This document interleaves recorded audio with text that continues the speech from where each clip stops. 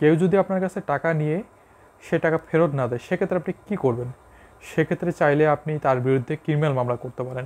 এখন ক্রিমিনাল মামলা কেন করা হয়? ক্রিমিনাল মামলা মূলত পানিশমেন্টের জন্য করা হয়, কিন্তু আমাদের দেশে দেখা যাচ্ছে টাকা রিকভারির জন্য আমরা ক্রিমিনাল মামলা করি, কিন্তু টাকা রিকভারির জন্য ক্রিমিনাল মামলা নয়। কিন্তু তারপরও দেখা যাচ্ছে আমরা ক্রিমিনাল মামলা করেও টাকা রিকভার হচ্ছে। কেন হচ্ছে? ক্রিমিনাল মামলা করার পর যখন আদালত তাকে চাপ দেয়, সেক্ষেত্রে এই আসামি ভয় পেয়ে আপোষের শর্তে, অর্থাৎ আপোষ তখনই হয় যখন দেখা যাচ্ছে এই বাদীকে টাকাটা ফেরত দেওয়া হয়, তখনই আপোষ হয়।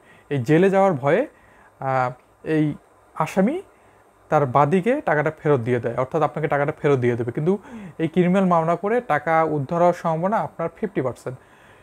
আর আপনি যদি সিভিল মামলা করেন, সেক্ষেত্রে আপনি 100% টাকাটা আপনার উদ্ধার করতে পারবেন।